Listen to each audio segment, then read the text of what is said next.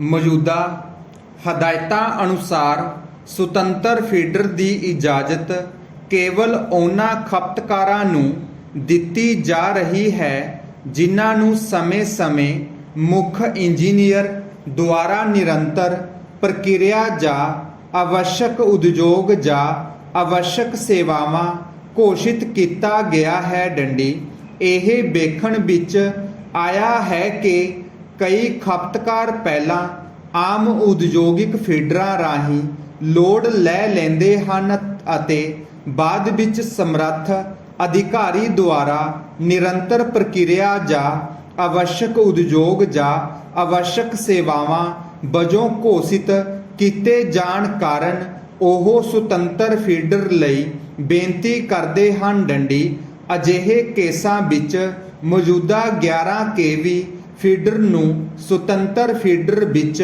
ਬਦਲਣ ਲਈ ਖਰਚਿਆਂ ਦੀ ਵਸੂਲੀ ਸੰਬੰਧੀ ਪਹਿਲਾਂ ਕੋਈ ਨਿਸ਼ਚਿਤ ਹਦਾਇਤਾਂ ਨਹੀਂ ਹਨ। ਡੰਡੀ ਇਸ ਲਈ ਮਾਮਲੇ ਦਾ ਨਿਰੀਖਣ ਕੀਤਾ ਗਿਆ ਹੈ ਅਤੇ ਇਸ ਸੰਬੰਧੀ ਨਿਸ਼ਚਿਤ ਕਾਰਜ ਵਿਧੀ ਬਣਾਉਣ ਦਾ ਫੈਸਲਾ ਕੀਤਾ ਗਿਆ ਹੈ। ਡੰਡੀ ਜਿੱਥੇ ਕੋਈ ਉਦਯੋਗਿਕ ਖਪਤਕਾਰ 11 ਕੇਵੀ ਫੀਡਰ ਜੋ ਵਿਸ਼ੇਸ਼ ਤੌਰ ਤੇ ਉਸ ਲਈ ਹੈ ਤੋਂ ਸਪਲਾਈ ਲੈ ਰਿਹਾ ਹੈ ਅਤੇ ਸੁਤੰਤਰ ਫੀਡਰ ਲਈ ਅਪਲਾਈ ਕਰਦਾ ਹੈ ਅਤੇ ਸਮਰੱਥ ਅਧਿਕਾਰੀ ਦੁਆਰਾ ਉਸ ਨੂੰ ਲੋੜੀਂਦੀ ਪ੍ਰਵਾਨਗੀ ਮਿਲ ਜਾਂਦੀ ਹੈ ਤਾਂ ਉਹ ਮੌਜੂਦਾ 11 ਕੇਵੀ ਉਦਯੋਗਿਕ ਫੀਡਰ ਨੂੰ ਸੁਤੰਤਰ ਫੀਡਰ ਵਿੱਚ ਬਦਲਾਉਣ ਦਾ ਹੱਕਦਾਰ ਹੋਵੇਗਾ ਬਸ਼ਰਤੇ ਉਸਨੇ 11 ਕੇਵੀ ਫੀਡਰ ਦੀ ਸਮੁੱਚੀ ਲਾਗਤ ਅਦਾ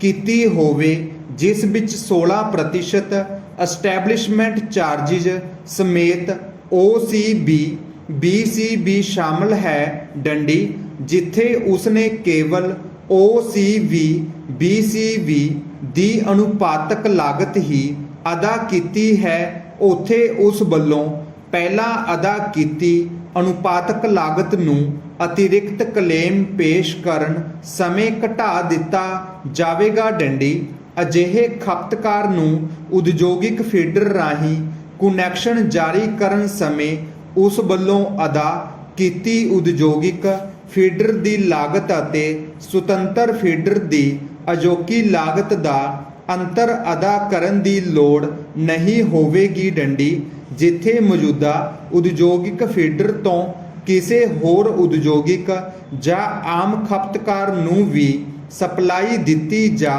ਰਹੀ ਹੋਵੇ ਤਾਂ ਉਸ ਫੀਡਰ ਨੂੰ ਸੁਤੰਤਰ ਫੀਡਰ ਵਿੱਚ ਬਦਲਣ ਤੋਂ ਪਹਿਲਾਂ ਜੇਕਰ ਸੰਭਵ ਹੋਵੇ ਤਾਂ 11 ਕੇਵੀ ਫੀਡਰਾਂ ਉੱਤੇ ਬਦਲ ਦਿੱਤਾ ਜਾਵੇਗਾ। ਡੰਡੀ ਅਜਿਹਾ ਸੁਤੰਤਰ ਫੀਡਰ ਦੀ ਸਪਲਾਈ ਦੀ ਕਿਸਮ ਮੰਗਣ ਵਾਲੇ ਖਪਤਕਾਰ ਦੀ ਲਾਗਤ ਤੇ ਕੀਤਾ ਜਾਵੇਗਾ। ਡੰਡੀ ਜਿੱਥੇ ਦੂਜੇ ਹੋਰ ਉਦਯੋਗਿਕ ਆਮ ਖਪਤਕਾਰ ਹੋਰਨਾਂ ਫੀਡਰਾਂ ਤੇ ਬਦਲੇ ਨਾ ਜਾ ਸਕਣ ਉੱਥੇ ਅਜਿਹੇ ਖਪਤਕਾਰ ਨੂੰ ਸੁਤੰਤਰ ਸਪਲਾਈ ਦੀ ਇਜਾਜ਼ਤ ਦੇਣ ਤੋਂ ਪਹਿਲਾਂ ਜੇਕਰ ਆਵਸ਼ਕ ਸਮਝਿਆ ਜਾਵੇ ਅਤੇ ਲੋੜ ਤਕਨੀਕੀ ਤੱਥਾਂ ਤੇ ਉਚਿਤ ਹੋਵੇ ਤਾਂ ਨਵਾਂ 11 ਕੇਵੀ ਫੀਡਰ 16% ਐਸਟੈਬਲਿਸ਼ਮੈਂਟ ਚਾਰਜਿਜ਼ ਸਮੇਤ ਉਸ ਦੀ ਲਾਗਤ ਤੇ ਲਾਇਆ ਜਾਵੇਗਾ। ਡੰਡੀ ਪੈਰਾ SMI 103 ਅਨੁਸਾਰ ਮੀਟਰ ਉਪਕਰਨ ਤੇ ਸਿੱਕੇ ਪੇਪਰ ਦੀਆਂ ਸੀਲਾਂ ਵੰਡ ਕਰਮਚਾਰੀਆਂ ਦੁਆਰਾ ਲਗਾਈਆਂ ਜਾਂਦੀਆਂ ਹਨ। ਡੰਡੀ ਚੈਕਿੰਗ ਦੌਰਾਨ ਐਨਫੋਰਸਮੈਂਟ ਸੰਗਠਨ ਦੁਆਰਾ ਵੀ ਆਪਣੀਆਂ ਸੀਲਾਂ ਲਗਾਈਆਂ ਜਾਂਦੀਆਂ ਹਨ। ਡੰਡੀ ਉਹਨਾਂ ਦੁਆਰਾ ਅਜਿਹੀਆਂ ਪੇਪਰ ਸੀਲਾਂ ਦੋ ਸੂਰਤਾਂ ਵਿੱਚ ਲਗਾਈਆਂ ਜਾਂਦੀਆਂ ਹਨ। ਡੰਡੀ ਪਹਿਲੀ ਜਿੱਥੇ ਮੌਜੂਦਾ ਸੀਲਾਂ ਨੂੰ ਚੈਕਿੰਗ ਦੌਰਾਨ ਤੋੜਿਆ ਗਿਆ ਹੋਵੇ। ਡੰਡੀ ਇਨ੍ਹਾਂ ਸੀਲਾਂ ਨੂੰ ਬਾਅਦ ਵਿੱਚ ਵੰਡ ਅਧਿਕਾਰੀਆਂ ਦੀਆਂ ਸੀਲਾਂ ਨਾਲ ਬਦਲਿਆ ਜਾਂਦਾ ਹੈ। ਡੰਡੀ ਦੂਜੀ ਜਿੱਥੇ ਮੀਟਰ ਅਤੇ ਮੀਟਰ ਉਪਕਰਨਾਂ ਨੂੰ ਨਿਗਰਾਨੀ ਅਧੀਨ ਰੱਖਿਆ ਗਿਆ ਹੋਵੇ ਅਤੇ ਉਸ ਨੂੰ ਛੇੜਨਾ ਨਾ ਹੋਵੇ। ਡੰਡੀ ਇਸ ਤੇ ਵਿਚਾਰ ਕੀਤੀ ਗਈ ਹੈ ਅਤੇ ਫੈਸਲਾ ਕੀਤਾ ਗਿਆ ਹੈ ਕਿ